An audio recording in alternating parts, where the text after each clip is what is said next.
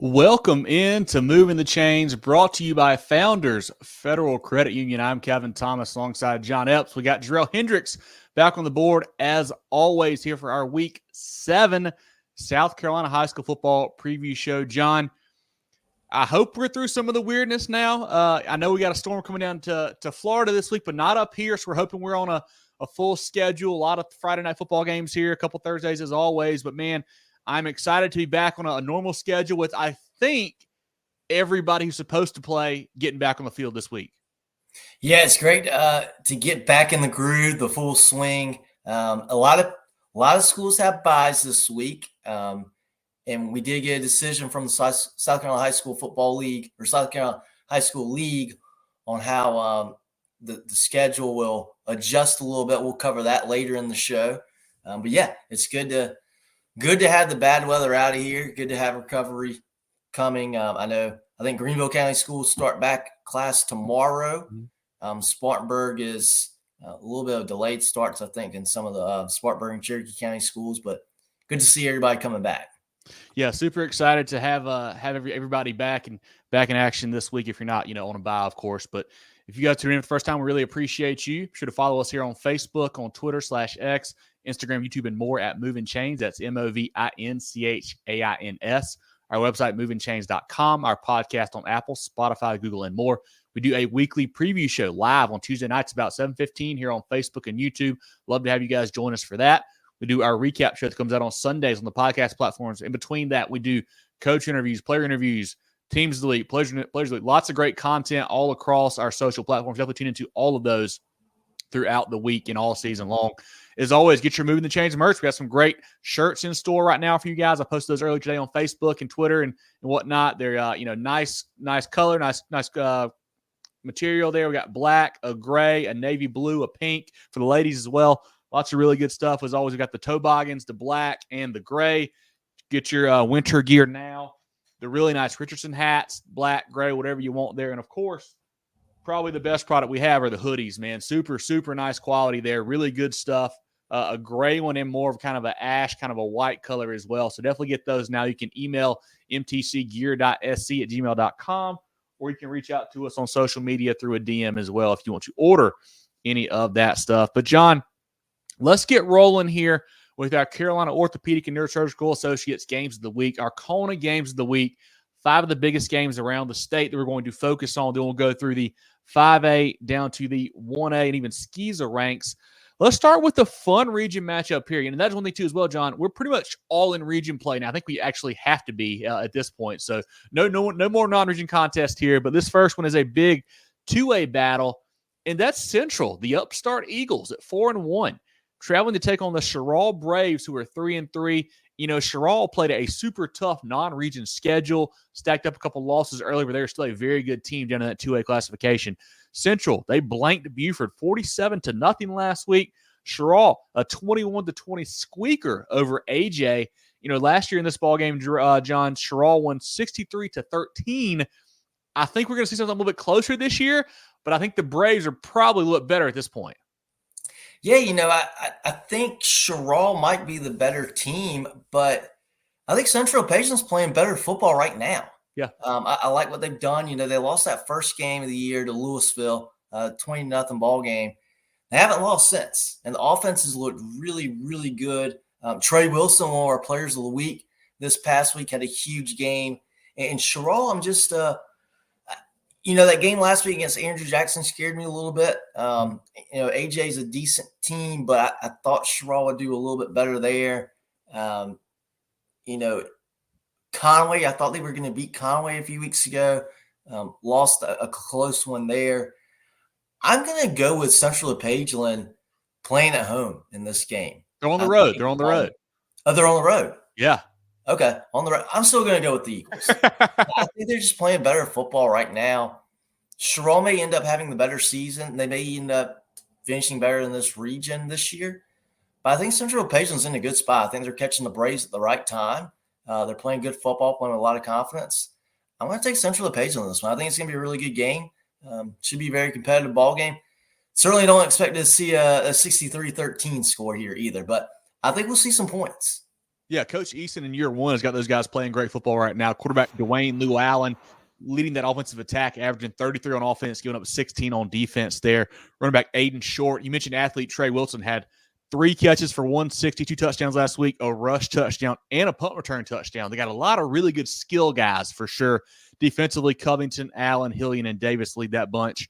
On the Cheraw side, averaging 16 on offense, 22 on defense. Like I said, played a really stacked non-region schedule. Marlboro County, Conway, River Bluff, a lot of big names there for sure. Quarterback Caden Thomas is the trigger man there, but the running back Cam McClendon, he is a stud, John. Last week, 36 carries, 224, 2 touchdowns for Cam. Huge game for him.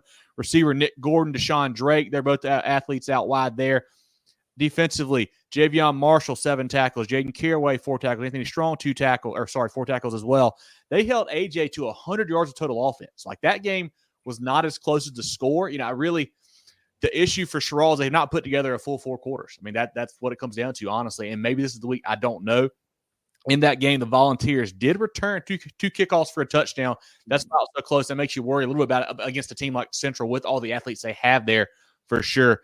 I think, John, like I mentioned, Central, a lot of really good skill guys. Cheraw, also a lot of really good skill guys. I think the difference comes down to in the trenches there. And I think Cheraw maybe a little bit deeper, a little bit bigger there up front on both sides of the football. Should be a good game. I tell you what, the 2 kickoff, that scares me. I was going to say, how they score 20 points, but there you go. Yeah, certainly worrisome there. I like both these teams. Like I said, Coach Easton year one, Coach Poole been there for a long time with Cheraw. Both these teams are certainly trending upward. We had Coach Poole on in the preseason, told us that he thought that this team could be really, really special and just have not come quite together yet. But now they're region play. They got a nice region win last week. I think they build off of that and go to 2-0 region play. Jerel, comments from you or from the chat on this or from just anything in general before we go on to our next CONA game of the week? Man, this is an intriguing matchup. I think it is. We look at Cheraw's schedule, and it's been very, very daunting so far, but they really haven't put together a total game. Didn't realize that it was 2 special team scores that made that scoreline so close. And then also with Central, like you mentioned, man, they've really improved this year. They've played some very good football, and they seem to have really rolled through their schedule. They stumbled out the blocks, but they've ripped off 5 in a row. So they're playing confident, playing good football. So I'm going to go with Cheraw. I really like them preseason, like talking to Coach Poole, obviously going into the year. He was really excited about his bunch.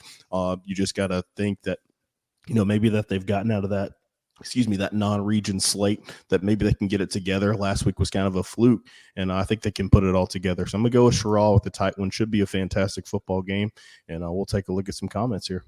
Let's do it. Nathan says, Jerel, my line versus your Devil Dogs. Let's go. Yeah, Jerel, you and Nathan can have a little hat bet maybe this week. What are you thinking there? No hat bet whatsoever. Let's just say maybe he'd give me 50 points or so. Then I might go with something there. Maybe we can put some money on it. I love it. What else we got? Zach says, as of 8:15, he finally got power back. Congrats, Zach. Awesome, man. Love to see that. And, yeah, big fun game for Clinton against Chesney on Friday night to open up region play. That will be a good one. And we'll talk about it here in a minute, but these guys have been off for a long time, man. Glad to see all these teams get back on the field. Chris, good to see you. Appreciate you being here in here as always. It's hate week. Yeah, that Gaffney Burns rivalry will be a fun one to get to here in a minute for sure. That's always a big-time ball game. Zach said, God bless Jerel's Devil Dogs.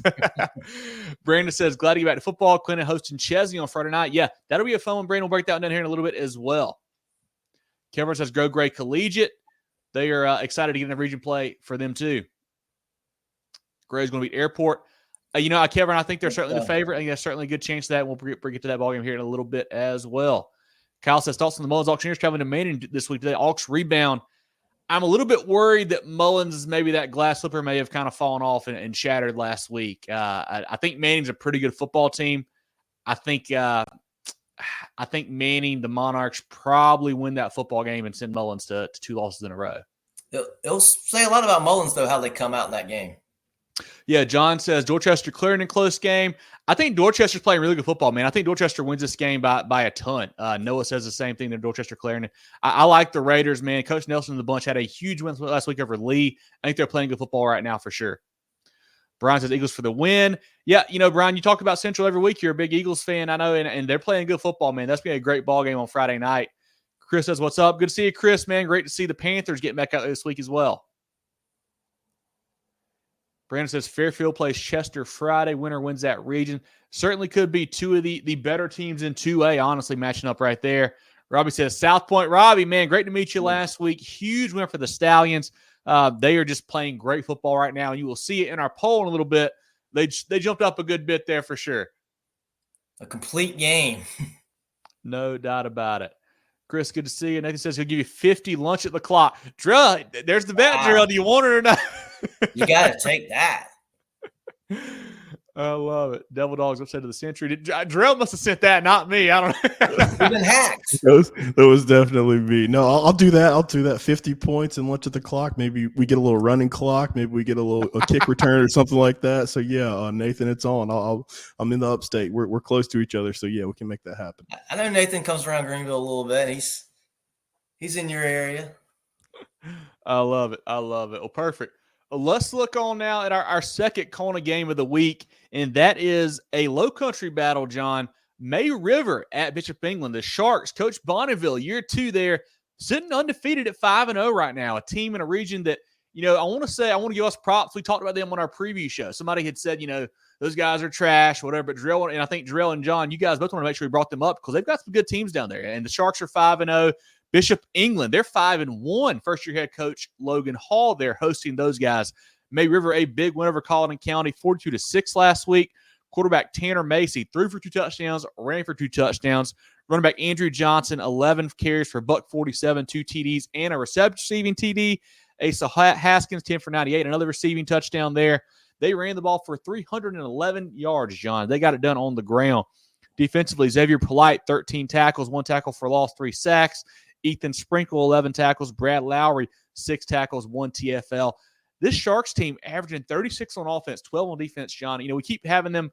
I think they've been on our stock up a lot this year because they still kind of surprise us, but they are playing really good football. Can they continue this winning streak and move to 6-0 this week?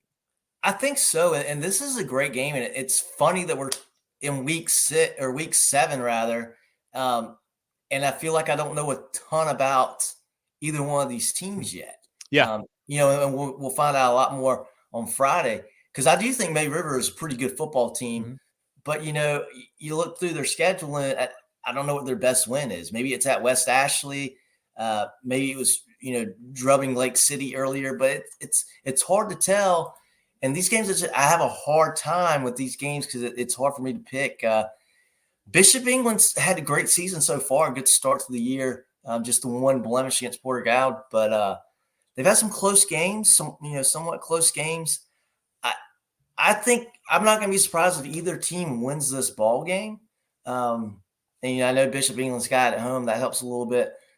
I like May River. I'm going to go with May River. I've been a believer of them all year. I'm going to stick with them and see if they can get a pretty big win here for them this Friday as well. What would be their biggest win of the year, I would say, to this point. And being the fact that it's region play, they're all so important now too. Yeah, Bishop England, 21-7 over Hilton Head Island last week, averaging 29 on offense, 16 on defense. Quarterback Quinn Mahoney, 15 for 27, 2 touchdowns. Receivers Zachary Baylog and Nicholas Brunetti, along with Jack McCara out wide for them. Defensively led by the DBs, Robios and Kitchen, really good players there. Jerel, I know you saw them firsthand earlier this season, and Coach Hall, he's an offensive guy, but that defense has been really carrying them. They play some great defense in a lot of these football games, giving up just, 16 points a game. They're playing super solid on that side of the football, and I think we're looking at maybe a low-scoring kind of grinded-out game here between the Sharks and the Bishops.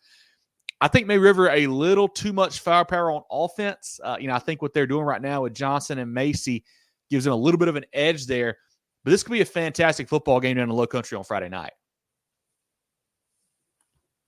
Jerel, any comments from you or from the chat on this one? Like I said, I know you saw Bishop England, so let us know what you think about this program as well. Yeah, man, Bishop England has really played well this year. I mean, they don't, have a superstar, they're not glamorous, but like you said, Coach Hall does a great job of scheming these guys up. They execute very well. Again, the defense has been just as good as the offense, so they're playing complementary football right now. So Bishop England has done well, just the one, drubbing by Porter-Gaud. But I think This one's going to be tough. Like John said, this is a tough one to pick because these are two very good football teams. We even talked to the coaches at May River, before the season, and they talked about how excited they were for this year. I think May River is just a little bit better, but I would not be surprised if this goes either way. So it should be a fantastic football game. I wish it was a little bit closer, so we might have had to check this one out. So it should be a fantastic game. Yeah, I got to ask. I don't know if there's anybody in here or not who's followed May River, but I know they've got a new offense this year. We're talking to the guys, the coaches mentioned about it. They brought it over, I think, from some guys in either Texas or Georgia. And like nobody really in this state runs the exact form of it. So something new you don't see a lot. A really run-heavy offense, of course, getting 300-plus yards last week. That's kind of what they want to lean on for sure, but should be a great ball game. Jerel, any comments from the chat on this one or for anybody else? Chris says taking May River in a squeaker. I think so, too. I'm thinking low-scoring, tight football game. David says Pageland Central's a sleeper, going to shock 2A. They are playing good football. That's one of our CONA games of the week there for a reason. Central and Cheraw. That's a major, major game. Wyatt says maybe runs the wing T. Okay, thank you, Wyatt. Yeah, I thought it was kind of a variation of that, but wing T certainly is something that you don't see much of, especially with the higher classifications like they are in 4A now. Definitely will be tough to scheme for. Should be a great matchup. Used to see it all the time. Yeah, for sure. That's it for the comments on this one, guys. Perfect. Our third CONA game of the week, a big-time region matchup here in the upstate, and that's Hillcrest. The Rams at 4-0, traveling to take on JL Mann. The Patriots sitting at 3-1 on the season. John, last year when these two teams played, it was two of the better ball games in the state, no matter the week. I think in the regular season, JL Mann won that matchup 42-35. They met again in the third round of the playoffs. JL Mann 21-13 in that one. So two fantastic football games there in late October, and then into November as well. Both these teams have not played. It will be 21 days when they strap it up on Friday night. So definitely a bit of a readjustment period you feel like there between those two, but going to be a great matchup. Hillcrest averaging 38 on offense, 12 on defense. JL Mann 45 on offense, 18 allowed on defense there, John. Who are you looking at right off the bat? I feel like in my perspective, Hillcrest, this is their biggest test. Of course, they have not had a super, super tough, they play Clover, who's a good football team, play Greer, good football team, but have not played somebody to the level of JL Mann. JL Mann, a little bit more tested. They played Daniel, they played Gaffney. They've had some big-time matchups already in this season. Yeah, this will certainly be Hillcrest's toughest game until they get to the playoffs. And maybe even through the playoffs. JL Mann is a really, really good football team. We saw them in person against Gaffney. Breaking in a new quarterback, and he looks like he's got all the tools there, and he's got the makeup to be a great player. It's just I think he's this close away from everything clicking and the game slowing down a little bit for him. And once it does, he's going to be a very, very good player. I think McLeod Darnell, I believe is his name. Yep. Really good player. I was very impressed with this JL Mann team. I think they're a very well-rounded team up front defensively. They're pretty strong. They've got tons of talent at running back as well. They're very well coached by Coach Watson there. I think JL Mann is clearly the better team in this matchup. I don't know if I would have said that going into this season because Hillcrest, they have a ton of talent on that side of the football as well. And they're going to figure it out and really get rolling. And whether it's this week or next week or down the road, who knows when, but they're a really good football team. They're going to have a good season as well. But this Patriots team, they're for real, and they're going to be a contender for the state championship. They are that good. And I think it's the silver lining for both teams in this is they're both, obviously both in the same region, both Greenville County. They've not been able to practice a ton, not been able to spend much time together, but it's going to be equal footing for both of them. I think with that, also just the raw talent is going to be a big factor in this game. And I think JL Mann's got the advantage there as well. I think the Patriots win this game. I think they win by 2 scores or more. In the Patriots' last matchup before the break there, McLeod Darnell went 20 for 26, 220 through the air, 4 touchdowns there. LaDainian Martin, a Super 75 guy, Georgia State commit, went 15 for 180 on the ground, 3 more touchdowns. Tons of playmakers outside, Nasias Morrison, Keyshawn Henderson, Dre Huff, O.J. Jones is a good change of pace back as well for them. Defensively, linebacker Wyatt Ward's a great player in the middle there. Then you got Bruton and Whitner on the back end locking things down. On the Hillcrest side, quarterback Caleb Sutton in their last game, 9 for 13, 192 touchdowns. Running backs Braden Johnson and Frank Starks. Receiver Weston Willis had a big game, 4 for 119, 2 touchdowns. John, he's averaging 128 a game and 7 touchdowns already on the season. Great start for Weston there.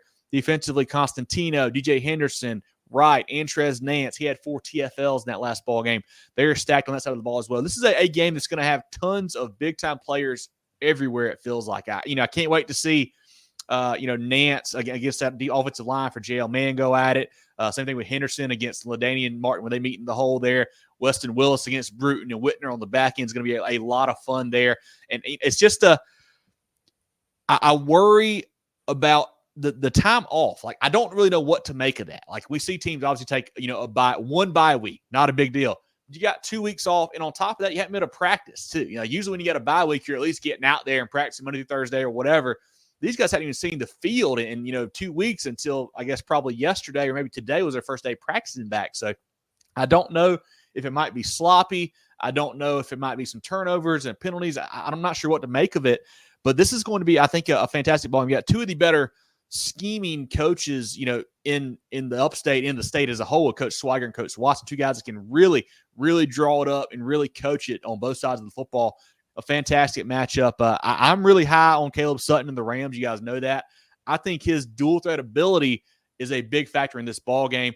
Jerel, what do you like in this one? I'm not sure which way I'm picking yet, but I mean, this is going to be a fantastic matchup.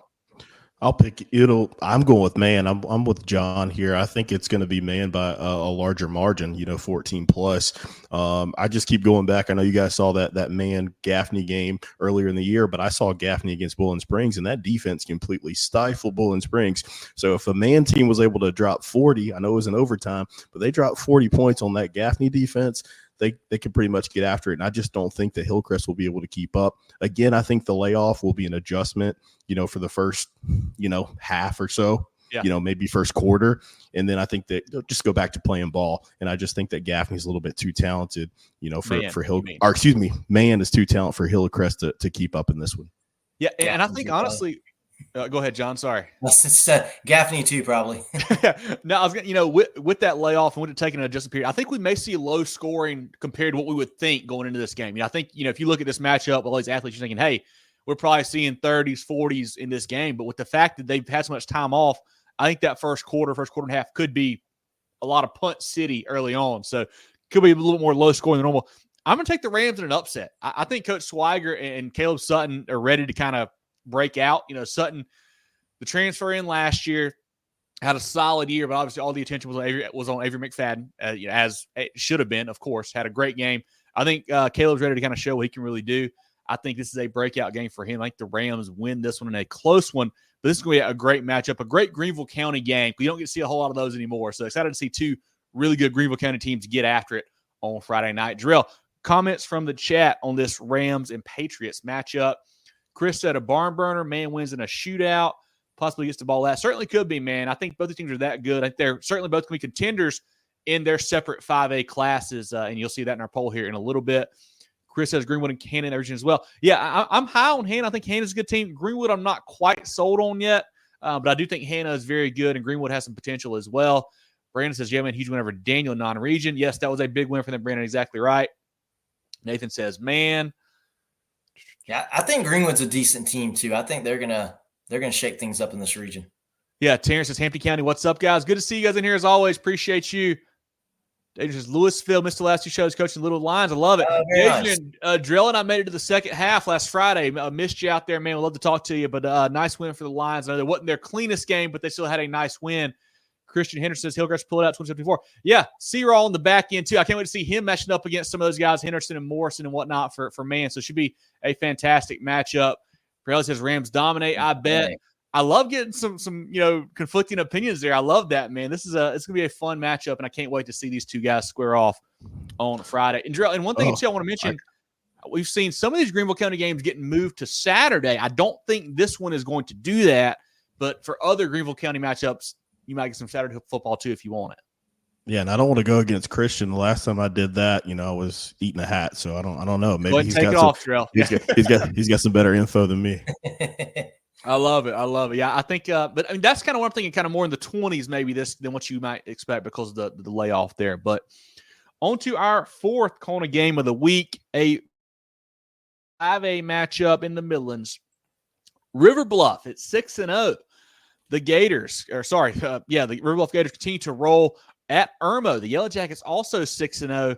Both teams are just, they're doing it different ways. Like, I feel like Irmo is just blowing everybody out. They played some big non-region games, continue to win. River Bluff, not quite as tough a non-region. Played a few squeakers here and there, including last week. But they also just keep putting up victories, John. Last week they beat White Knoll 24-21 in overtime. Irmo 34-8 over a good Lexington team. Last year, this game was 42-0 for the Yellow Jackets, John. River Bluff cannot be happy about that. They're going to want to try to, build off of that, I would hope, for sure. But who do you like between the Gators and the Yellow Jackets? Yeah, I think this is going to be a much closer game than that. Irmo is certainly the more talented team in this matchup. I think they're the better team. They're at home. But what makes this a very interesting game for me is we've seen River Bluff play before. They're a very well-coached team. They're a very disciplined team.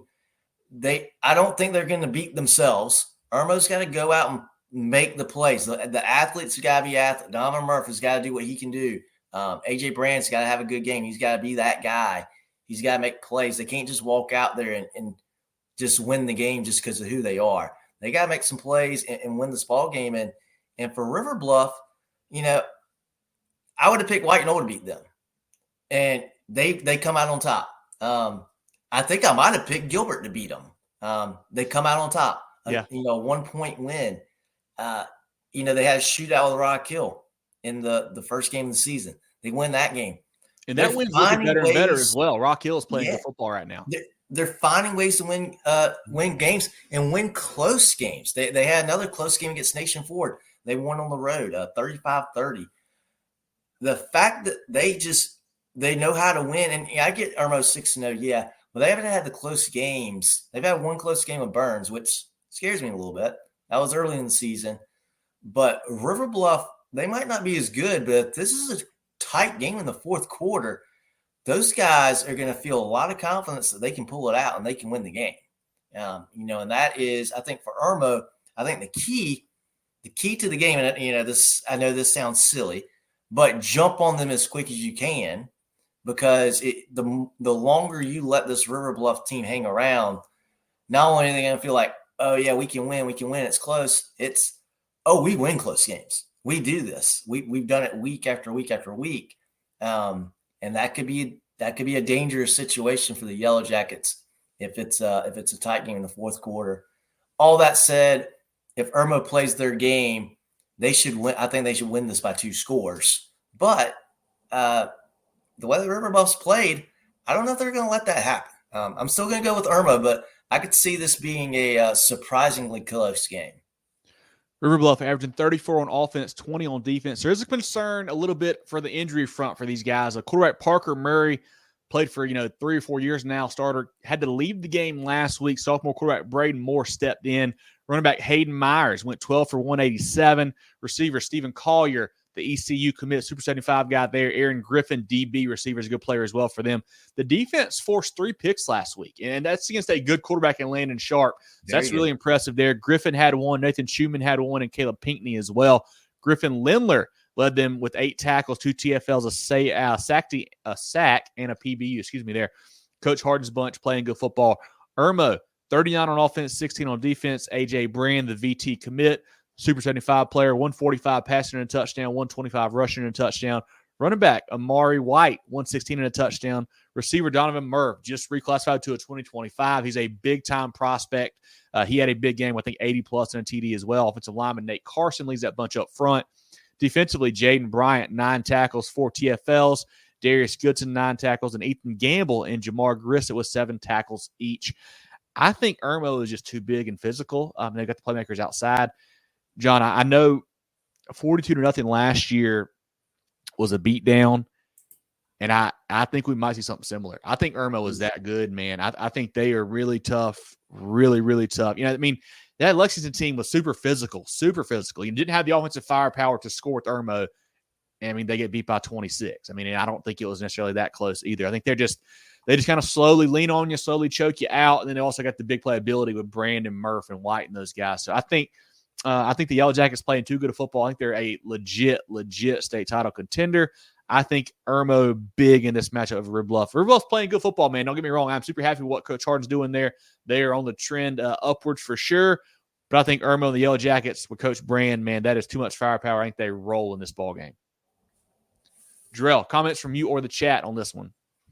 Yeah, I think the formula here for River Bluff is to kind of like muck it up a little bit. You know, they got to force some turnovers, like you mentioned, 3 picks last week. And we've seen Irmo kind of get off to some slow starts in these games. I mean, they haven't really like come out, you know, firing on all cylinders. Now, I'm saying this and they're going to do it this week. But I think that's a formula for success for River Bluff. Like if they can just kind of stay with, I wouldn't be surprised if this game's close at halftime and then Irmo kind of just opens it up in that second half, because there is a talent disparity. I mean, you just have to recognize that with these two teams. I think Irmo is legitimately a state title contender, and I think River Bluff's just a very, very good football team. You know, so I think that's the difference in the game.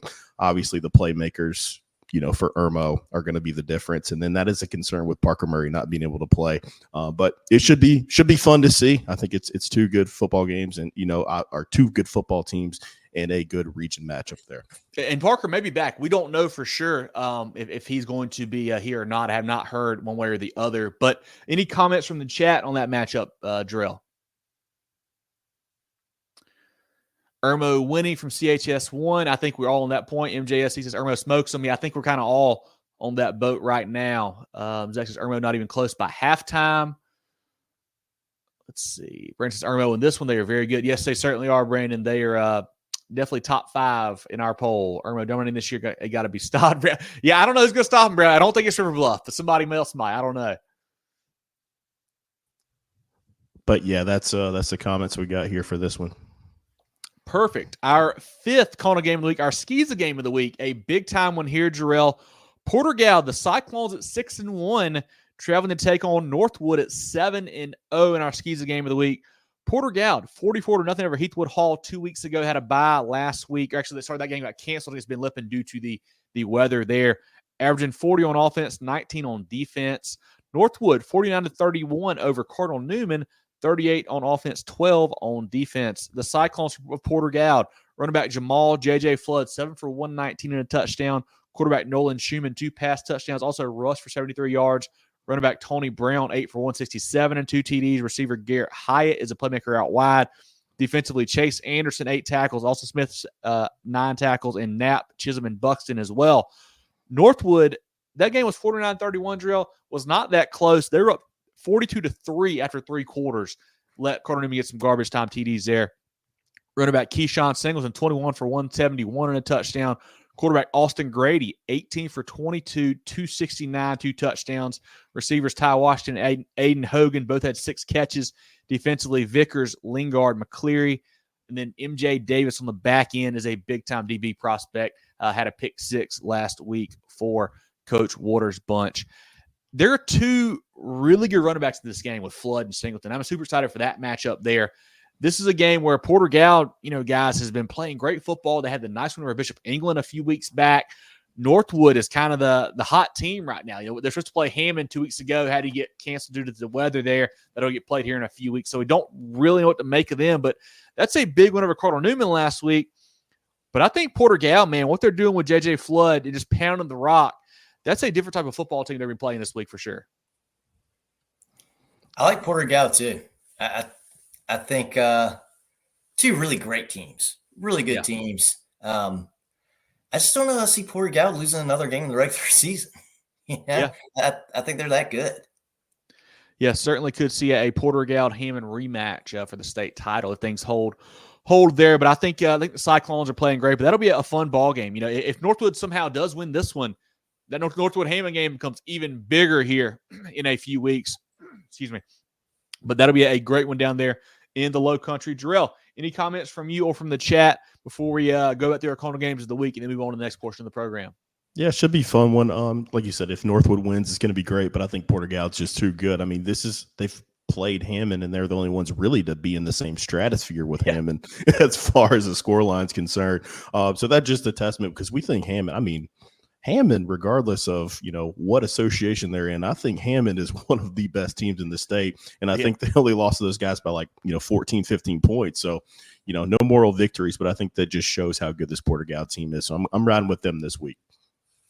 Perfect. So once again, guys, our CONA games of the week, we had Central at Cheraw, May River at Bishop England, Hillcrest at JL Mann, River Bluff at Irmo, and then Porter-Gaud at Northwood. If you missed any of those, you can go back and check them out when the show's over.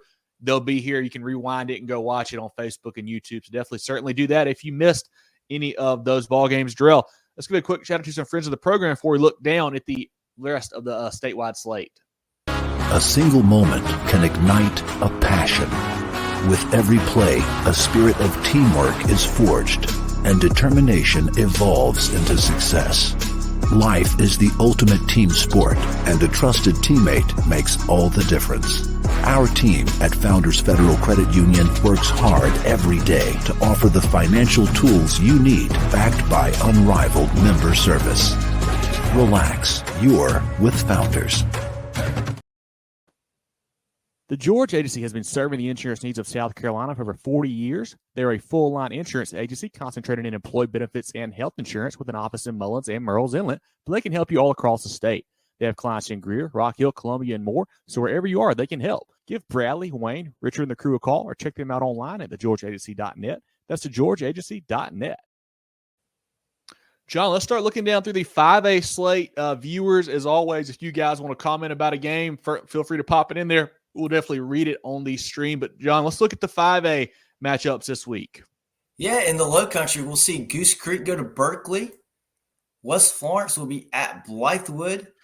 Two teams, that might be for second place in that region. I think Sumter is clearly the best team it looks like now. They've had a couple really nice wins, hammered West Florence last week. Blythewood, just that one blemish there against Westwood. West Florence, I still think is pretty good, but I'm not sure how good they are now. Two defensive-minded teams, but that'll be a fun game down there in the Midlands. I think West Florence is going to win that by a close one, but I think Blythewood's a really good team as well. We're probably looking at 2 and 3 in this region. Big rivalry game, of course. The game will be at the reservation. Gaffney against Burns. Burns has got enough talent to make this a game, but Gaffney should certainly win it. Burns, Chris says Berkeley for the win there. Burns coming off a couple nice wins. Had not played good football. Started off, I think, 0-3, something like that. Came back to beat Wade Hampton, and they come back and they beat Dorman. And another key, too, don't forget, Gaffney quarterback Javon Gilmore is out for the first half of this football game. Burns, Coach Shaw, what they're doing there, kind of a couple quarterbacks now with Landrum and and Rogers, I believe, is the other kid right now. They've got some talent.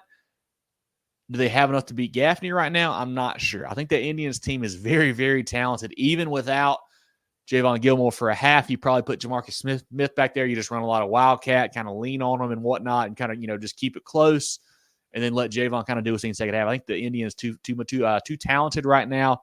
Defense is lights out. I think the Indians win this matchup. Gaffney by 99. I don't know about 99, Chris, but I do like the Indians here. I think we're going to see a relatively low-scoring game. We'll see Spartanburg go to Dorman, another good rivalry game there. The city rivalry, Dorman, a team that I was very surprised lost to Burns, 2 weeks ago before the Hurricane came to play that Wednesday night. That was a shocker to me. That just couldn't get anything going on offense. And that seems similar to what the issue with Spartanburg is, where they can't get anything going on offense either. So could be a very low-scoring game here between these two. I think Spartanburg a little bit more offensive firepower right now than Dorman does. So I think Coach Hodges Bunch gets a win, but that's always a great rivalry matchup between those two. Yeah, that's going to be a tight game there. We'll see Lexington at Chapin. Two opposite teams. A team wants to throw it around a ton with Chapin. A team with Lexington wants to play hard-nosed defense and run it a lot.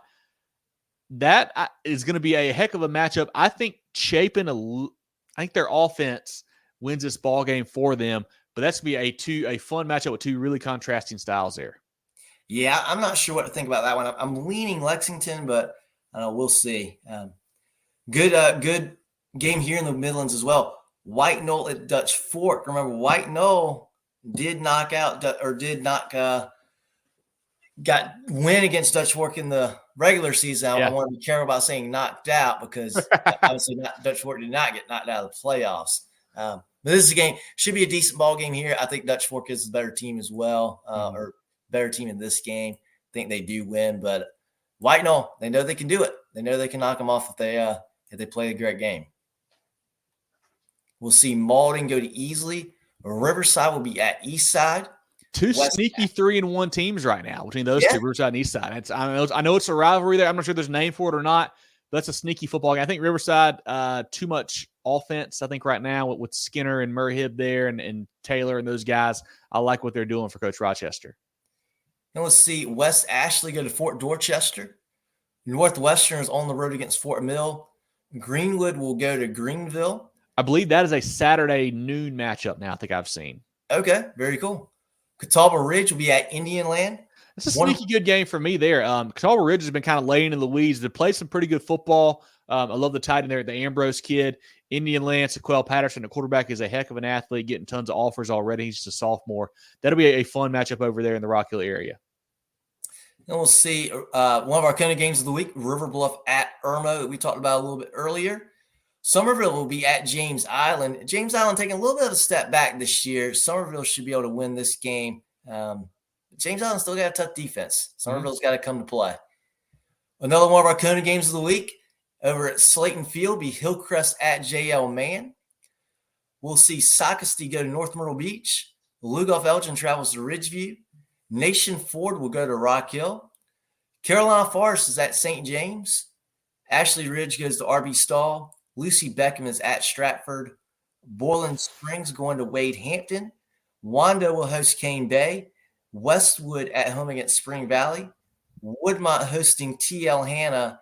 And our HTC game of the week this week, we will see Conway going to Myrtle Beach. Yes, playing for the victory bell in our HTC Hometown Connection game of the week. Conway, a tough loss to North Myrtle Beach, 24-14 last week. Myrtle Beach, 37-14 over St. James. The Tigers are struggling, man. They're 1-5 on the season, averaging 16 on offense, 29 on defense. They got a sophomore quarterback, Noah Legg, had 2 touchdown passes last week. I think he will be good, just hasn't quite developed all the way yet for them. Receiver Javon Smalls, Jaquan Brantley, both had touchdowns for them last week. Running back Jordan Taylor is a good player as well. Myrtle Beach at 3-3 under Coach Wilson, averaging 26 on offense, 23 on defense. Played at a tough non-region schedule as well. They played that Irmo team we talked about earlier for one of their matchups. Quarterback Gibson Goodrow. Running backs Michael Cohen. He went 18 for 113, 2 touchdowns. And then Antonio Brown went 42 yards for 2 more touchdowns. They got the run game going right now, guys. They got wide receiver John Simmons out wide as a option too. He's a big, tall guy, can go and get it when they need to for them. But I think this game, it's a fun rivalry game. Last year Myrtle Beach won 51-14. I think we could see something similar again, man. The Seahawks team, I think, is a lot better than Conway right now. Coach Wilson always does a fantastic job. I love what they have. They've got they too had a monster at running back, but they've also got a solid quarterback as well. So I think that gives them a lot of different ways to beat you. Playing for the victory bell here on Friday, and I think the Myrtle Beach gets this win in our HTC Hometown Connection game. John, Jerel, any thoughts on this one before we move on? I agree with you, Kevin. The thing about Myrtle Beach too, we seem to see every year they just get better and better and better as the year goes by. They at the end of the season they look like a totally different team than they did in week 0, week 1. They're continuing to get better, and I think they'll continue on that upward trajectory here this week too. Yeah, I'll be brief. I think Myrtle Beach wins this game. I just think Conway, they're just not clicking right now. I still can't get over that heartbreaking loss they had a couple of weeks ago. I mean, that's got to be tough to get over. Just seems like maybe things just aren't going their way this year, but I like Myrtle Beach in this one. Yeah, I do want to mention linebacker Ashton Keith at Myrtle Beach, a really good player too. I want to make sure I shout out. He is a good guy there. The battle of the victory bell is always a fun one. I don't know if you guys saw it too. There was I think the local Bojangles did kind of a biscuit making competition between the 2 coaches today too, between Coach Pierce and Coach Wilson. So that was a lot of fun. I saw some highlights of that on the news earlier down there. So definitely check that out as they kind of both got into the action. But I think we all like Myrtle Beach in our HTC Hometown Connection game of the week. HTC, this is live. Connect with it. Once again, each week we'll do a game from either Horry, Georgetown, or Marion County as our HTC Hometown Connection game of the week. Jerel, any more comments from you or from the chat on 5A or just on that HTC game before we look down to the 4A slate?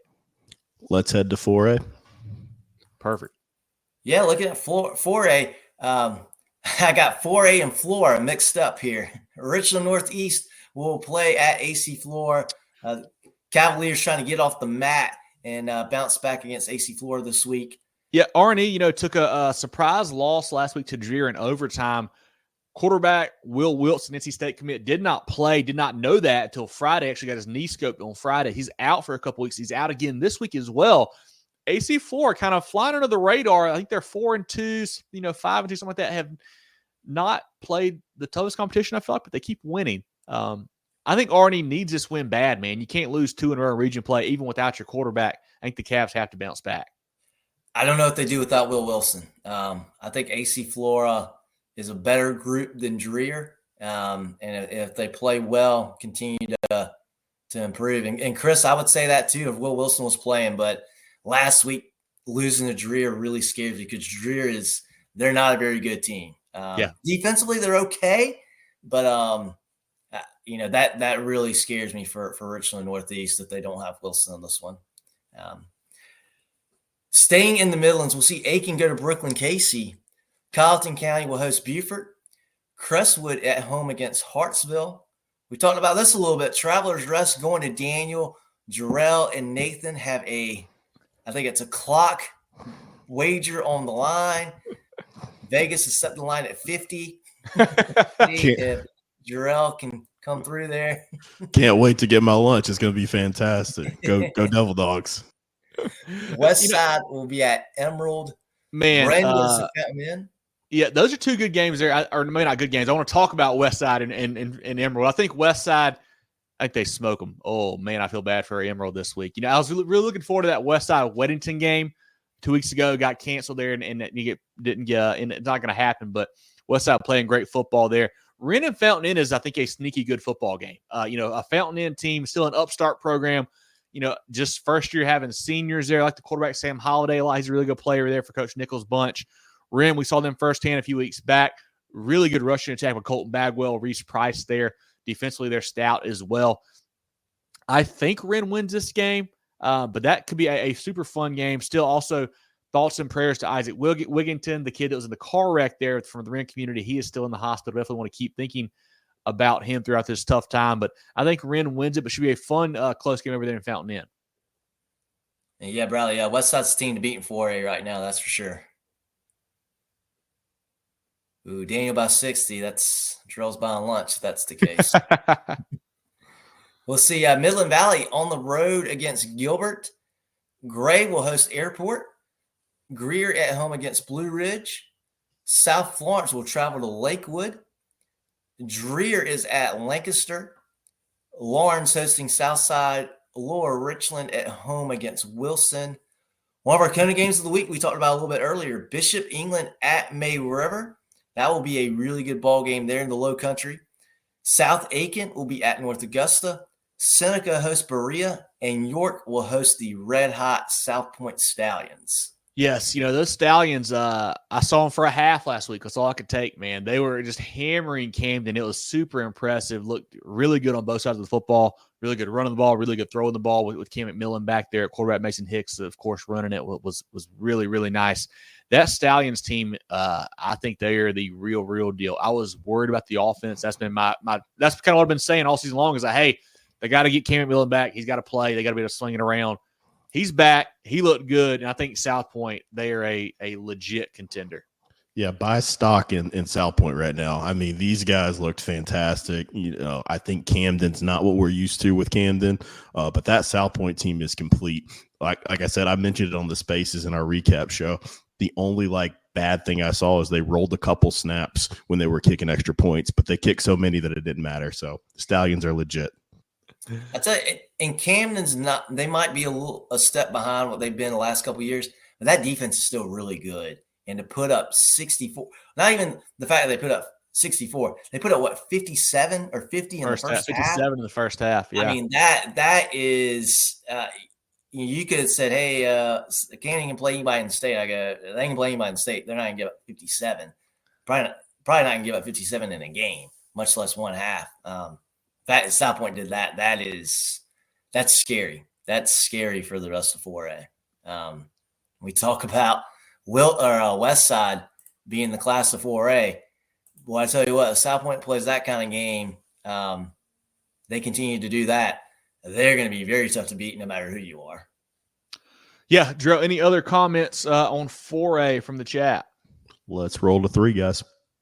We're looking at 3A now, John. We got a short slate in 3A this week. We'll see Union going to Broome. This game, I believe, is actually at Spartanburg High School. I want to say there was some kind of issue at Broome's field with something fell or a power line. I don't know. They're playing at Spartanburg, I think. Something with the lights, I think. Okay, I know. I've got a friend in Cowpens, and they still don't have power over in Cowpens. So that could be the issue there. I believe that. We'll see St. Joseph's go to Carolina. Mountain View is at Chapman. Man, Chapman. I've been surprised by Chapman. I thought we talked about on the season preview show that they lost a lot of pieces, but you think Chapman, they'd still be decent. They have not been good so far, man. And MVP there for Coach Ramsey, they're playing great football, man. They are lighting it up on offense with McGill and Drummond and Haynesworth and those guys. Defensively playing good as well. I keep waiting on them to have like a close game or have a real big test, and they just haven't had it. I don't think it's this week either. I think they roll Chapman again. Yeah, the only thing that I think could give me a little bit of pause is the games at Chapman.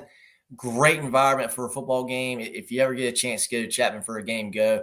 Awesome facility, awesome fan support. It's a really cool place to go for a game. Good home field atmosphere there. But, yeah, I agree. I think Mountain View just got too much talent in this game, and they should certainly win big. We'll see Powdersville. They'll go to Christchurch. That's a big region game there. That region 2, 3A, it's Carolina, Christchurch, Palmetto, Powdersville, Southside Christian, St. Joe's.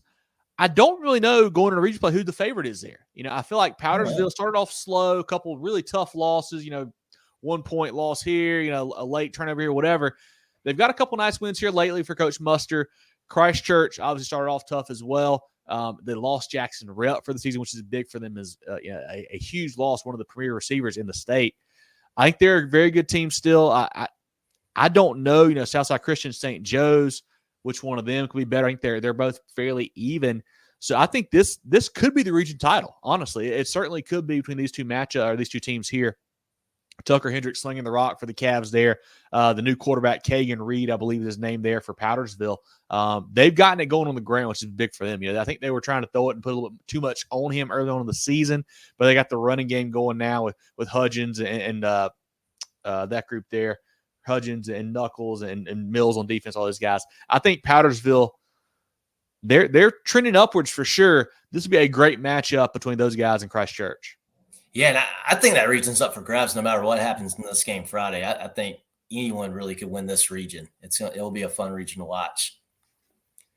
As we move on, we've got West Oak going to Crescent. A big game in that monster region down in the PD. Dillon hosting Ainer. Dillon trying to bounce back after that huge loss. Not a huge loss, it was just a huge game against Loris last week. Awesome ball game there. Yeah, both teams took tough losses. Ainer got hammered by Marlboro County, and you mentioned Dillon losing a close one to Loris. This game could be for a home playoff game, already, because you got to think that with Loris already having a leg up on Dillon, they're probably going to be ahead of the standings, and then when they finalize, we think Marlboro County is that good as well. This could be for the third seed. We'll see. Obviously, Dillon is not going to go quietly, and they're going to play tough against Marlboro County for sure, but this could be a really, really big game for seeding there. Ainer, I was surprised, how that game went last week against Marlboro County. I thought it would be a closer, lower scoring game, but man, the Bulldogs just, blew the doors off those guys there. Dillon, they need a bounce back, John. You saw them firsthand. I feel like they're maybe not quite as big on the lines as usual, it feels like, from the guys I've talked to, which could be a factor against an Ainer team that wants to run the ball a lot. But I think Hamilton and Fling, Zay Robertson, a few too many big plays. I think they win this matchup on Friday. Yeah, I think the big thing for Dillon is, while they may not have the size that they normally do, they still have the speed. They've got the speed. They got the athletic ability. They're still the nasty cat defense. Yeah. It's still there. The thing for Dillon is you got to protect the football a little bit better. They turned the ball over twice last Friday, and just in bad situations, big-time momentum shifters. Turnovers typically are, but the ones that Dylan had last week were just really at bad times and, fumbling a kickoff. And they fumbled more kickoffs than they fielded cleanly. You gotta shore up some of the little details. If Dylan can do that, they're going to be really good. But if they don't do it Friday, that could cause some big time issues and make this a really, really close ball game with Ainer. I expect a good game either way, though. I think this will be a good game. I like the Wildcats to come out on top, though. Yeah. Staying within that region, the Marlboro County Bulldogs will go to Georgetown. They should win that game easily there. I think the line's minus 35.5, I think, John. I'll take Marlboro County. Silver Bluff will go to Keenan, a Keenan team that's pretty tough. They are. Took a tough loss to Swansea on Saturday. Silver Bluff still has not won a football game yet this season, which, is crazy to say. And they're, in that CSRA area that's been affected so bad by the hurricane, where they probably have not practiced much either, while Keenan has been playing football. Going to be tough for the Bulldogs on Friday night. Yeah, for sure. Fox Creek will go to Newberry. Oceanside is going to host North Charleston. Oceanside, nice win over Hanahan last week. We talked about it. They finally got into region play and stopped having to play some of these big out of region contests. And they looked really good with that group there with Monavian and Virgilio slinging it around on last Friday against Hanahan. Speaking of Hanahan, they will be on the road this week against a very good Orangeburg Wilkinson team, relatively untested OW squad, but they are a good team. This will be a big region game here if the Bears can pull this one out. Yeah, and I'll say OW. I was, high on them a few weeks back. They gave me a lot of pause last week. You lose to HKT, a game that's scheduled late, for your homecoming as well. HKT is a good 1A team, but they're a 1A team at the same point there. I think Hanahan wins this matchup. Okay. I would not be surprised either. Bouncing up to the upstate, we'll see Pendleton hosting Walhalla, Southside Christian hosting Palmetto, and then Loris will be on the road against Waccamaw to wrap up 3A. Both those games are Palmetto and Southside Christian. I think it's a sneaky game. I think Palmetto is a little better than we think. I think Coach Norton's doing a good job with that program. Southside Christian has not been super dominant this year, I wouldn't say. Had a ton of turnovers against Salute, I think, in their last matchup there. Palmetto could sneak up on them. We'll have to watch this game closely. And Loris, coming off that huge win last week, the next step now is, can you back it up with another good win and not have a dismal performance? I think they put the hammer down on Waccamaw. Love Coach Mance's bunch. Great win for the Lions last week. They need another big win here this week. Yeah, they are for real. If you haven't circled it, Kevin, I know you have. You were the first one to do it. If you haven't circled this Loris squad, you better do it because they're a hard-hitting group. They're fast. They're talented. They are a really fun team to watch. Yeah, Jerel, any comments from you on 3A or from the chat? Nathan said Camden's schedule finally caught up to them. Yeah, something certainly did, man. Now, they've had a lot of injuries as well, but that was a whooping on Friday night. Gregory says Marlboro County playing football. They have been. They're playing super good, man. They've been slowly climbing up our poll. We'll get to here in a little bit. Playing really good for Coach Johnson. Anthony says Marlboro County easily went over Georgetown 6-0, first time since 2009. That's really hard good to believe. See there. Really good to see there for that Bulldogs program. That is it for the comments, guys. Perfect. Looking down at 2A now, John. Strom Thurmond back on the football field. They'll travel to American Leadership Friday. Andrews will host Woodland in a pretty sneaky good game here as well. I believe both those teams, I think, are 4-1 or 5-1. I think they both lost one matchup, and that's it. I like this Andrews team a lot for Coach Durham. I think what they're doing there with the quarterback, Brandon Cumbie, is a great player. AJ, I was going to say Johnson, but I don't think that's his name right now. The running back is a good player as well, and I'll try to find it here in a minute for you. But Andrews is a good program. They run that kind of tough offense to prepare for. AJ Lee, excuse me. I like what they do for Coach Durham. Woodland for Coach Ford. A surprising – they kind of up and down. They beat a good Bamberg team. They lose to Bishop England.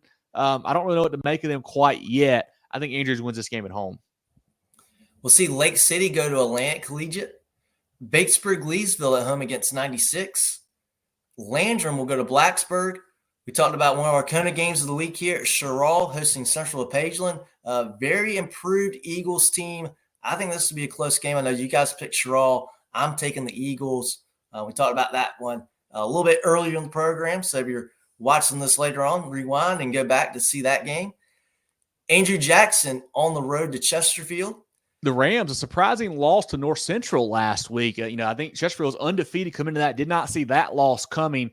AJ has had a hard time this year. They can't quite get it going. It feels like if they want to, host some home playoff games, they got to turn it around fast. Well, I don't know who you're talking about there, but if AJ wants to get into the playoffs, they've got to turn it around as well. They got to find a way to win some games. As we move down the schedule here, Chesney will be at Clinton. King Street will go to East Clarendon. Mid Carolina is on the road against Eau Claire. Fairfield Central hosting Chester. I thought this would be a really big time, close game earlier in the year. I don't know what's going on with the Cyclones, but they're not playing as well as I thought they would be, and the Griffins certainly are. Yeah. Fairfield Central led by Tadarian Greer. He's playing great football. A Shrine Bowler that came out this week. He is, a super, super good athlete there for Coach Davis's bunch.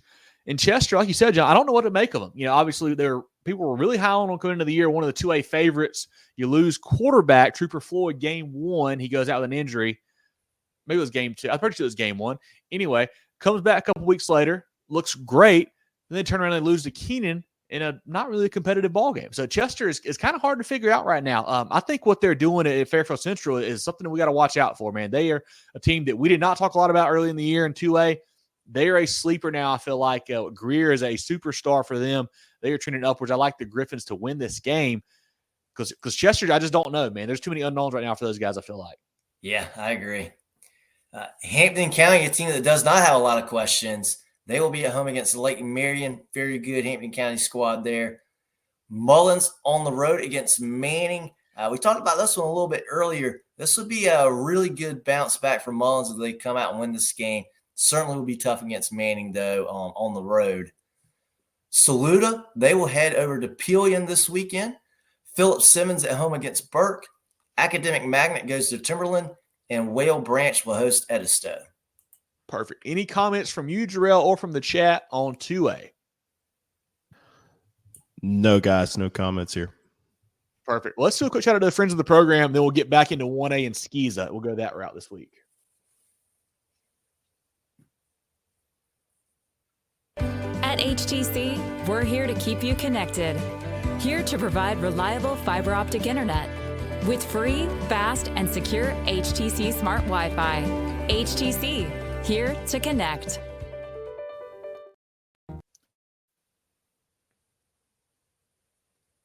With 3 convenient locations in Spartanburg, Duncan, and Greenville, Carolina Orthopedic and Neurosurgical Associates, CONA, offers the most advanced training and experience in orthopedic surgery, neurosurgery, sports medicine, and pain management in the upstate. Go to kona.care to learn more. Let's look looking for top-notch sports gear and uniforms? Look no further than First Team Sports. With 30 years of serving the Carolinas, First Team Sports is your local full-service dealer. From youth teams to colleges, we've got you covered with team uniforms, staff apparel, Letterman jackets, sports equipment, and facility branding. Visit our local store in Greenville or firstteamsc.com. Make First Team your first choice. Let's look down at the 1A slate now. Now you can go. Man, I'm reading the sheet right here. I know what we got coming up, and I still just missed it. But let's go to 1A now, John. Kevin biting on all the pump fakes here. With 1A, we'll see Richland go to Allendale Fairfax. Branchville on the road against Baptist Hill. Branchville, another tough team to kind of figure out. They started off so hot, played well, and they get hammered by Cross. They come back and beat Bowman, of course, there. Not sure what to make of them. Baptist Hill is always tough with Coach Brown down there. I think we'll learn a lot about Branchville this week in this matchup. Yeah, I had him in my top 5, but I can't keep him there after what happened last week. I wanted to, and then I had to catch myself. We'll see Wagner Sally go to Blackville Hilda. McBee goes to C.A. Johnson. A C.A. Johnson team that Jerel and I saw last week. They've got some good athletes, just a little bit sloppy game for them, it felt like. McBee, I think, is pretty good. So that could be a fun 1A game there. We'll see Hunter Kenner Tyler go to Calhoun County. Another fun one. We talked to Curtis on our spaces last week. He's seen HKT play. They're really big, really physical, can really run the rock. Don't have a great passing offense or defense. Calhoun County, not sure if they can really exploit that. They don't have a Christian Zachary out there like last year, of course, but I think HKT is a good team to look out for. I think they win this matchup. I think they're a really good squad as well. Abbeville will go to Calhoun Falls. Carvers Bay at home against Lakeview. Denmark Olar hosting Hardyville. Lamar on the road against Great Falls. Green Sea Floyds will host Hannah Pamplico. Hemingway on the road against Latta. Lee Central will host Louisville. Lee Central team's playing some good football. Yeah, sneaky game there. Lee Central will coach Danner. Comes from that Jeff Calabrese tree of wanting to run the ball with some crazy stuff sometimes, so he'll have a good game plan for sure. I think Louisville's got to clean up some mistakes. They were a little sloppy last week, dropped a couple touchdowns, had a few kind of weird plays there. I think the Lions bounce back, get a nice win over Lee Central. We'll see Wilson Elko go to Rich Spring Monetta. Yep, Dejan says got to get healthy and tighten up on the penalties. Yeah, exactly right, Dejan. Luckily you're just getting a region play now. You got time still to do that, but I think there's a big win coming for Louisville this week. And, hey, they're good enough they can cover some of that up, too. We'll see Wilson Elko go to Rich Spring Monetta. Scotch Branch will host Cross. Big win, as we talked about Cross knocking off Branchville last week, 56-7 in that game. St. John's at home against Bethune-Bowman. McCormick will go to Ware Shoals, and Whitmire will host Dixie. I believe Dixie still undefeated. They are. Brandon Nance, 4 touchdowns last week. Big game for him. Allie asked, who should win, Wilson Elko and RSM? I think Wilson Elko, they're playing pretty good football right now. I believe I like them to win this game. I wouldn't put a lot of money on it for sure. I wouldn't bet on it myself. But I think WE there, Coach Lipsy, I think they win that matchup. I agree. I like Wilson Elko in that one. Perfect. Any other comments, Jerel, on 1A? Let's go talk about SCISA ball. Perfect. Looking at the SCISA slate, we've got John Paul II at Hilton Head Prep, Cardinal Newman at Lawrence Manning, 2-2-4 teams. You never would have thought that going into the season there. Lawrence Manning, a tough week for them last week. Their head coach resigns after everything that happened this offseason. Tough year for the Swamp Cats. You got Thomas Hayward going to Andrew Jackson. Spartanburg Christian going to Towns County. Towns County out of Georgia playing a lot of SC teams this year. Just go ahead and incorporate them into our league next year. Conway Christian at Jefferson Davis. Dillon Christian at Bethesda. Williamsburg at Lee Academy. King Academy at Richard Wynn. Wilson Hall at Trinity Collegiate. Kings at Holly Hill. Northside Christian at Orangeburg Prep. Northside Christian's playing really good football. They're 5-1. Had a nice win last week. Been very impressive so far. OP with Coach Shelley trying to make a run in the playoffs, trying to get right for that stretch run here. Camden Military at Florence Christian, Christian Academy at St. John's, Wardlaw at Newberry, our friend Colt Bailey down there for Wardlaw playing good football, Augusta Christian at Hammond, at Lawrence at Oakbrook Prep. We mentioned our CONA game of the week, Porter-Gaud at Northwood, Calhoun at Carolina, Thomas Sumter at Greenwood Christian, Buford Academy at Faith Christian, Colleton Prep at Patrick Henry, Pinewood at Coastal Homeschool, Dorchester at Clarendon Hall. We talked about that earlier with, I think, John and somebody else asked about that one. Dorchester playing really good. Noah asked about it. Yeah, great win for Dorchester last week over Lee Academy. A dominant win there behind Wetzel and Quattlebaum and those guys. I think they win big again over Clarendon Hall. This Clarendon Hall team is not super good this year. I think Dorchester rolls in that one. And that is all of our SCISA slate. Jerel, do you want to go back to Friends of the Program right quick? I realized why we did that now. I forgot earlier. So, yes, Friends of the Program. Then we'll get into our pick'em and our polls. Stay tuned for that. Mitchell says, look at the outcome of Jeff Davis's Cathedral last week. Yeah, Cathedral was undefeated going into that game. I think we all, at least I know I picked Jefferson. I think they're a little bit better football team than Cathedral. Cathedral just hadn't played some of those top-level guys yet. I think JDA, Colson, Loadholt, they're a great football team. Certainly one of these state title contenders and 8-man there. I like JDA a lot. That was a great win for them this past Friday. Preferred Home Services. How can we make you smile today? Preferred Home Services. For electrical or plumbing, cooling too. Go, go, go, Preferred.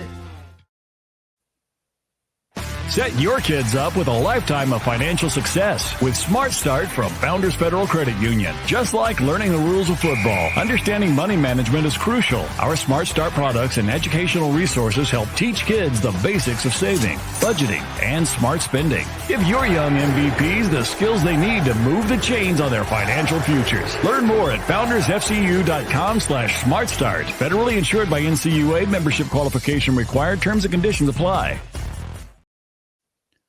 Let's look now at our Pick'em, brought to you by Hannah Engineering, great partners of the program. Once again, guys, we put these out on our social media and our website as well. We do 11 games each week. Feel free to hop in there. It's a lot of fun to do. last week in week 6, we had a tie for first with Alex B and JL with a 10 spot there. Lots of 9s with Slick, Gary B, Ryan F, Ryan W, and a bunch of 8s with Ben, Jonathan, Big Pop, Charlie, Nick, David, Flash, Richard, Brett, and Tank. I had a 9 spot. John and Jerel 7. A tough week, but a fun week for sure. It was glad to have a lot of action. 2 weeks ago we had to scrap it because all these games getting canceled. So glad we got to have a pick'em contest last week. But now our overall leaders, Jerel, we got Charlie L with 44. Second place, Ben B at 42. We got Dale, Isaiah, and Jay at 41. Slick, Ryan W, Brett, Big Pop, Kane, Jeffrey, and Jeff T all at 40. John leading us with 43. I have 38, and Jerel 36. And guys, we have now dropped the lowest week. So what we do is if whatever your lowest score was throughout the season, we will drop that. So we'll keep up with that throughout the way there. And John does a great job in charge of that. So certainly a lot of fun, guys. It gives you a reason to follow games outside of just your team or your area. So certainly join our pick'em, brought to you by Hannah Engineering. We post it, like I said, on social media and on our website each and every week. Be a part of that. We got a prize at the end of the season for the winner. We'll do a separate playoff pick'em as well once we get to that point in the year. But now we're going to show our polls here. Jerel and John, do y'all want to go big to small or small to big? Before we put them up there, Jerel, don't do it quite yet. As we tell you guys, we didn't like a lot of the other polls that come out. We want to do our own. So we have done our own. Started a couple of years ago now. We do a top 5. It's a lot of fun. We do it. It's certainly some volatility in there. But let's look at this week's polls, Jerel, and we'll kind of go through what us 3 shook out. In 5A, Division 1, we got Dutch Fork, the unanimous number 1 there, followed by Somerville, Sumter, JL Mann, and Boiling Springs. Also 3 votes is Spartanburg.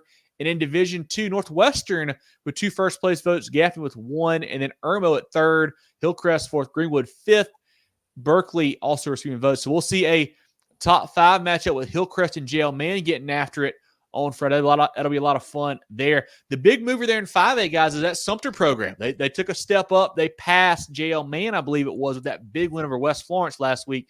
John, Drew, any thoughts on the 5A polls?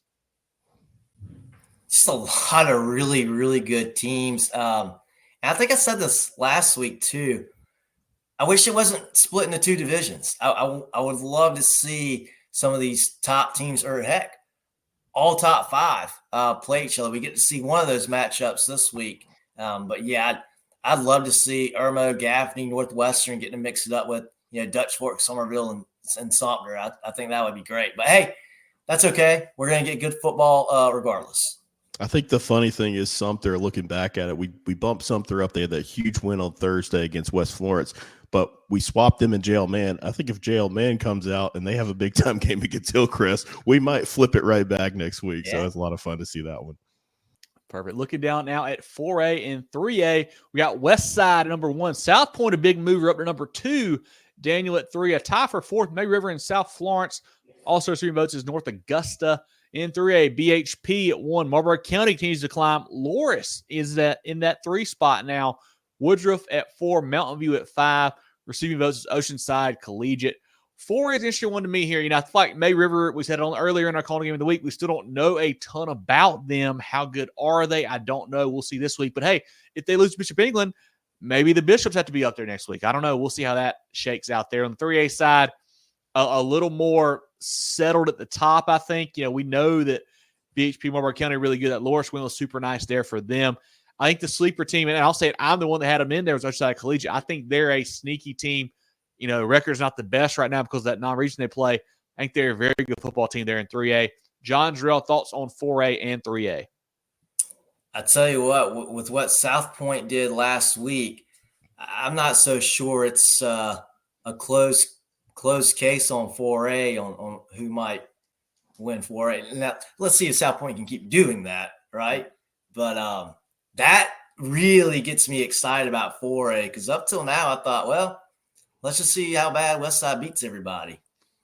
Yeah, no, I think Dion and the gang might be coming to John Epps' house this weekend. Talking about Westside sliding down. I told you guys, you might ought to go to South Point and check them out.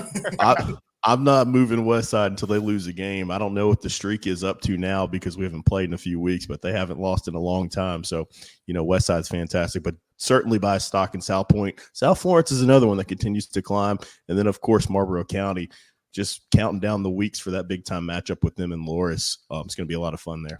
And I'll say this, it's really tough. It was tough this week for me to do the polls, and I'm probably saying for you guys, like, you know, a large part of the state just has not played in 2 weeks. Like, what do you do with them? Like, I mean, you know, you look at, 5A, obviously JL Mann, they slide down, haven't played in 2 weeks. You got 4A, Daniel slides down, they haven't played 2 weeks. Like, I didn't know how to judge some of that because, I mean, if we're out there and we're seeing JL Mann still dominating teams, do we make that move? I don't know. Same thing with Daniel. So glad to get everybody back out there this week, and we may see some change again heading into week 8 next week. But looking down at 2A and 1A, we got Batesburg-Leesville still gets that one spot in 2A. Clinton gets the first place in second.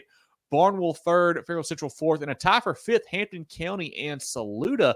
Fairfield Central has been climbing the ranks there in 2A. In 1A, Abbeville, Blackfield, Hilda, Bamberg-Gerhart, Louisville, and Lakeview. Also receiving votes is Dixie. I'll start in 1A in this one, guys. That Lakeview win over HP last week really impressed me. I've been high on the Raiders all year, and Lakeview, dismantled them pretty well in a big-time matchup last week. So they certainly slid into my poll last week. I think they're a good football team, a good contender in 1A. It's hard to say that Lakeview is being slept on after their tradition, their history, but I feel like we have been a little bit, but I think the Wild Gators are for real as well. And then in 2A was not a lot of change there, really. We haven't seen much except for Fairfield Central play some good football lately. I'm sure to see, Strom Thurman getting back out on the field, see how they do, get Saluda back out there as well. A couple teams haven't played in a few weeks for sure. Yeah. Then like you said, Lakeview, that's a team that's it's crazy to think of. They've been slept on a little bit. Dixie, I mean, it's hard to try to figure out because of the level of competition. It's not their fault. It's kind of proximity, like who they get to play. They don't get the stiffest of competition up here. So that's going to be, interesting to keep up with this year. And then Louisville, Kevin, we saw them this week, only a half, but they did not put out their best performance. So I'm interested to see what they're going to be able to do going forward down the stretch. Yeah, certainly wasn't their best game on Friday at C.A. Johnson. John, any thoughts from you on 2A or 1A? Just looking at these polls, I know a lot of the talk from time to time is how good the upstate is, across the board in football, But now, and it's not just now, but right now, the PD region is really coming alive. You look at how good, that huge win for Loris over Dillon. Dillon's still a really good team. Resurgence of Marlboro County. Talk about Lakeview being good as well. It's really exciting to see that those PD programs really step up. And hey, I think I know Mullins lost, but throw Mullins in there too for having such a good start to their season as well, considering how they've been last couple of years. It's exciting to see. For sure. Chris says take Gaffney out. I don't want to be in it. Chris, it's going to be hard to take them out, man. They are too good, and I think you know it too. Nathan says Daniel drops as they haven't played. Only losses to Man. Yeah, and that's what I said, Nathan. It's tough to figure out what to do with those teams that haven't played because it's not really their fault. I think Daniel, if they continue to win, they will certainly be right there, probably back up there soon. Kurt and Tony says, gets love for the Warhorses. Barnwell, I've been super impressed with the way they bounced back from that tough loss to South Aggie a couple weeks ago. That was a game that could have really lingered. The way they lost that one could have been a super, super tough one to bounce back from. But they have played good football, a couple nice wins since that loss. I think Coach Smith's bunch is ready to roll for the region play here. I think I think they're a favorite in the region. They've got to be right now the way they're playing. Barnwell Hampton County will be a fantastic matchup for the region title, I feel like. But I like what the Warhorses are doing right now. Any other comments from the chat, Jerel, on the polls? Let's wrap this thing up, guys. We got teams and players of the week.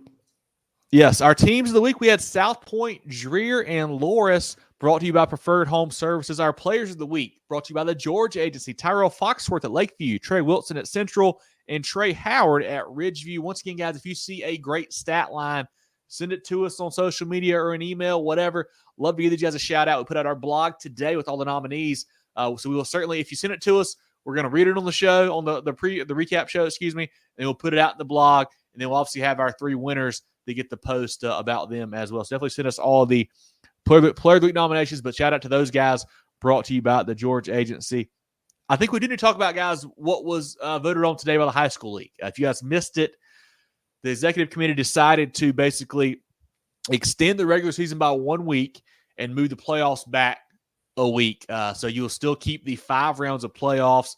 I know that was one of the proposals was to just cut a week of playoffs out. A lot of guys did not want that. That got denied there. Some folks wanted to move it back 2 weeks. That was a shot down as well. So we got kind of a compromise there where 1 week moved back.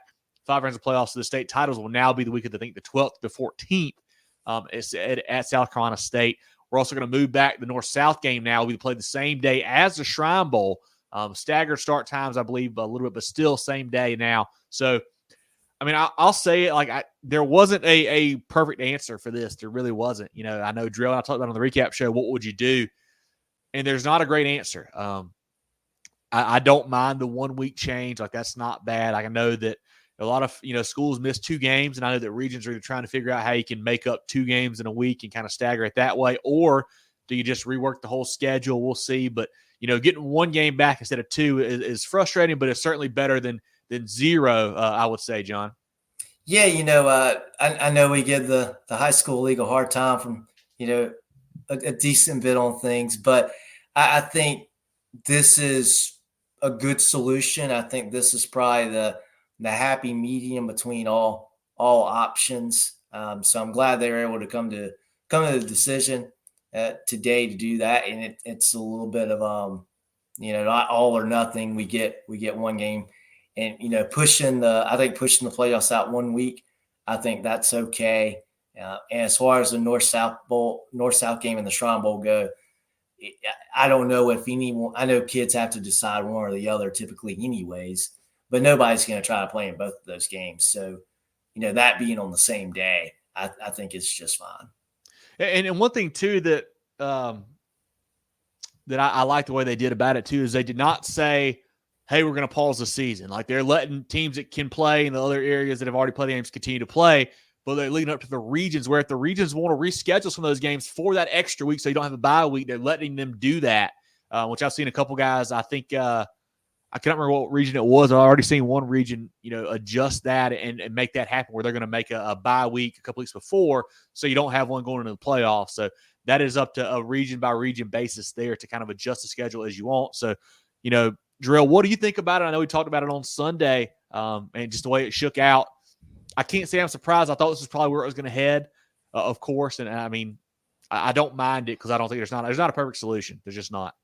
Yeah, I think it's acceptable. I mean, there really isn't nothing you can do. I mean, other than, I don't know, upon further review, like maybe cutting that first week of playoffs off. But again, that's hard because then you're taking away another week of football for some kids that, already. And I will say this, that's where I was kind of leaning to, because I've always said too many teams are making it in general right now. Yeah. But when you think about it, if you do that, you're cutting out literally half the teams that make it. I mean, that's a heck of a cut at this point in the season too. Like, it's like before the season, you're like, hey, we're going to cut it down to 4 rounds. Like, okay, you have some, okay. But when you do it now this late, that's really tough for a lot of those schools or a lot of those programs. And a lot of coaches were opposed to that. So that kind of surprised me. But you got to think too, the All-Star games had to come into account with this too. I mean, because once you're pushing into Christmas and all the holidays and stuff like that too, so it's kind of weird because you have early signing periods with colleges, and it's a mess. So it was a difficult situation. I think it's acceptable, and again, like we've said repeatedly, I don't think there was a correct solution. It was just trying to figure out the easiest, most convenient way to do this. Yeah, and I would not be surprised if a lot of these regions that did miss 2 games figure out a way to get those in. Play like I was trying to do the math in my head earlier. I think you may have to play like a Wednesday, sure, a Monday, and a Friday. So I think that would be the way to get in 3 in a 2-week period. So I think that's kind of how you'd have to do it. I think you play maybe like this Friday, next Wednesday, the following Monday, that following Friday. I think that will give you enough rest between games. So you may see that happen in some of these upstate and some of these Midlands and CSRA regions for sure. Sure. But I do love that they left it up to each region to decide if you want to cut out a game, cut out a game. If you want to move a game back, move a game back, whatever. So we'll see. I know that we had seen last week that the region, was it 6-4A, Jerel and John, that had decided they were going to revamp the schedule. I think it was 4-4A. Where they're going to say, basically you drop a region game, and then that last week they're going to play the 1 and 2 teams, 3 and 4 teams for seeding purposes only. I don't know if that's still the case or not, but I like that idea as well. You could see a really good matchup again on the back end that you weren't expecting there that last week for sure.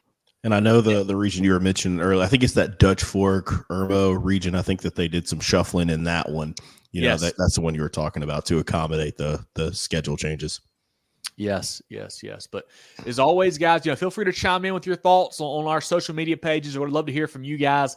If you're tuning in for the first time, we really appreciate that. Follow us here on Facebook and YouTube. Follow us on X as well, Instagram, TikTok, all that. Movin Chains, MOVINCHAINS.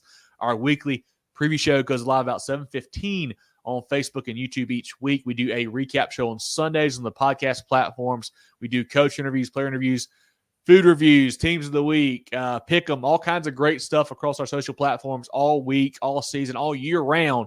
So definitely check us out on all of those. I know Jerel likes to mention that YouTube, so definitely follow the YouTube. We're trying to get those numbers up too, so definitely do that. Get your Movin The Chains merch. Got some great hats, some Richardson hats, a black kind of back, kind of a grayish back, some other ones as well. Those are all posted on our Facebook and social media pages there. We've got toboggans, a gray and a black one, really good stuff for that. We've got some new T-shirts in, lots of good colors. We've got a black color, a gray color, a navy blue, and a pink as well. Support the boys. Get your stuff. If you guys look on our pages, everything we have price-wise includes shipping and taxes, so don't worry about some kind of crazy charge. You can email us at mtcgear.sc.com. You could also DM us if you want to have it just order it that way. That's fine too. We got the gray sweatshirt, the kind of the ash white sweatshirt as well. It's going to be cool here soon. I think we saw some 60-degree temps coming up this Friday, so I'm cold-natured. I may need a sweatshirt on Friday, guys. So definitely get yours now to prepare for this colder weather. But any final thoughts from you, John, or from you, Jerel, here on this Week 7 high school football preview show? Yeah, I'm just glad we're getting back to a full slate this week. Jerel, thoughts, comments, anything, objections? No, same thing. I'm just happy that everybody's getting to play this week. So, and then also, I mean, we've talked about weather. Just thinking about our friends in Florida because that storm looks crazy. So, hopefully everybody's able to evacuate those regions. But excited to see that we're going to get a full slate this week in South Carolina. Yeah, certainly excited for that. So, once again, Movin The Chains is always brought to you by Founders Federal Credit Union. For Jerel, Hendricks, and John Epps, I'm Kevin Thomas. This has been our Week 7 South Carolina High School Football preview show, and we will see you guys soon.